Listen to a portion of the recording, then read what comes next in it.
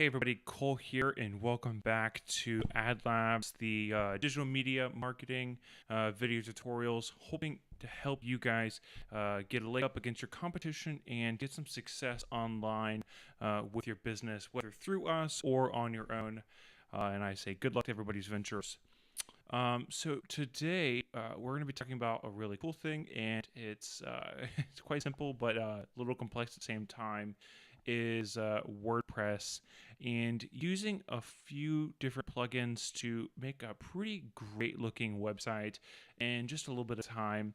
Now, something like this does often, I almost always recommend hiring out for this or finding a professional rather than trying to do it yourself, because you can probably get pretty close with a lot of things, especially with the templates that are out there these days, but you're going to be a little bit slower with optimization and slower with getting finished, thus putting you behind and as far as competing with your business and actually working on your business. So moving into this, make sure to look at this as a educational effort, but if you're somebody that's wanting to do this yourself or go into a career with this stuff, yeah, feel free to take a good look. If you have any questions, comments, concerns, thinking I'm doing something wrong, feel free to put them in the comments below, or just send me a message. So what we're going to jump into is, what is WordPress? How do you get into it? And how do you know if it's on your website? Well, there's a few ways. First off, if you're working with a developer or you are the developer, you obviously should know, or you generally should know, is that WordPress is an actual business. So you go here, you can do this method where you log in, you pay for your domain, and you do all the plans and pricing and all this fancy stuff. Well, most people do not do this, and it's actually not recommended in my opinion, as it's overpriced. As far as, say your business is on here for another 10 years, you don't need to be spending something for this on top of hosting, on top of something else. So whenever you go to log into your site, it's actually not going to WordPress.com and hitting this login section. What you'll do is you'll go to the name of your website. So for us, it's adlabs.social, and you'll do a / and you'll do WP admin. And what this is going to do is it's actually going to bring you straight to your admin panel if you're logged in. But let's say you're logged out. This is what you'll see. And say you don't have the login information, you'll just put it in here, hit remember me, what have you, and boom, bada bang, we're back right where we were.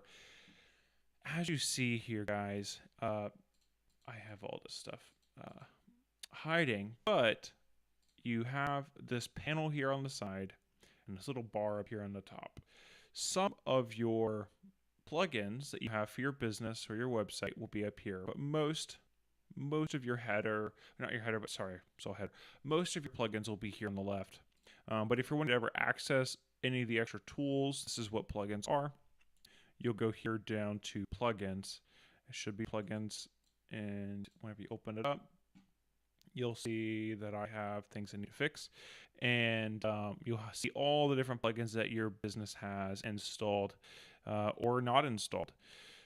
Something that's really important to note is, if you're ever here in your plugin section and you realize something is out of date or it needs to be updated, make sure to contact your team members or the admin or the person who's in charge or responsible for the website to make sure that these are getting consistently updated.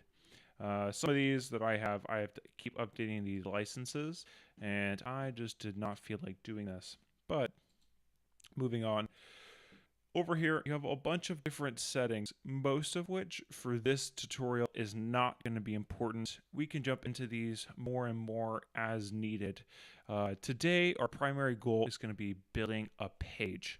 And what we'll do is, I'm going to do this is in our next video here, is we will actually go through and start building a page here in the page section.